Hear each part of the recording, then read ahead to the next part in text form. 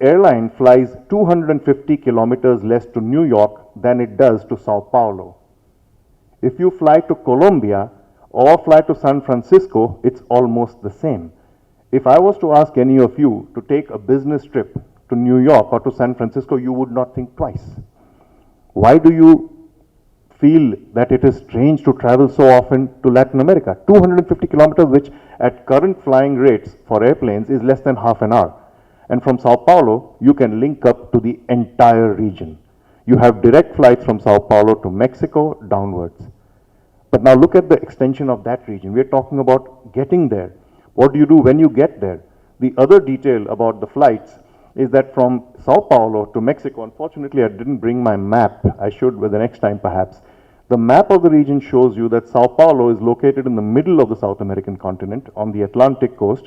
Mexico is close to the top of the region. The flight from Sao Paulo to Mexico is longer than Delhi-Beijing. It is a huge, extensive region with vast natural resources, and there is a similarity of cultures. There is a unity but there is also diversity. It's just like India. You can find language similarities, but you will find cultural differences. You'll find political differences. You'll find economic differences. I won't go into that out here because I can keep talking.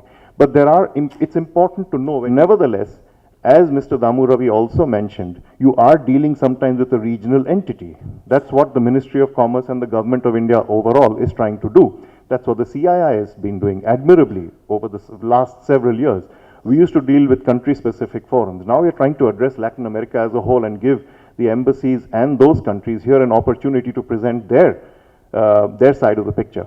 Now, what is happening in the process? Again, the future looking at the past. What is happening and what is going to happen? You are going to have to absorb, those of you who are interested and committed to Latin America, like I am and Damu Ravi, we're going to have to absorb and disseminate a lot more information. Who do you look at? Do you look at Mexico? You should. You should look at Brazil. You should look at Peru. You should look at Colombia. You have been looking at Chile, etc., etc. It is bewildering. So let's not waste too much time, gentlemen. We have to look at all of these regions, the whole region, all of the sub-regional organizations and the individual countries at the same time. I would recommend we start as soon as possible.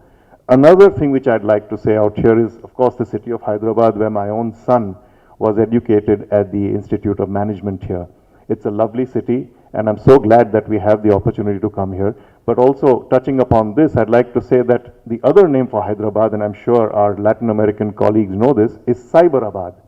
Because Hyderabad has proved itself to be not just a business city. It has proved to be in the vanguard of technology.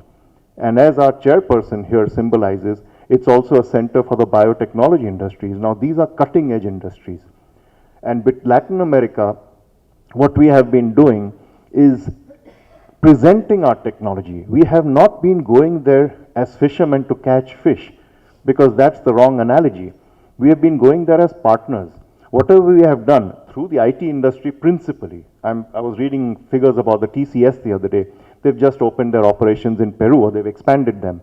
I believe they're present in 7 or 8 countries. Can you imagine Indian engineers going to Spanish, Hispanic and Portuguese speaking Latin America and training 8 to 10,000 Latin Americans to service markets in the US and so on? It's a paradigm that only the 21st century, the future, could offer the world today.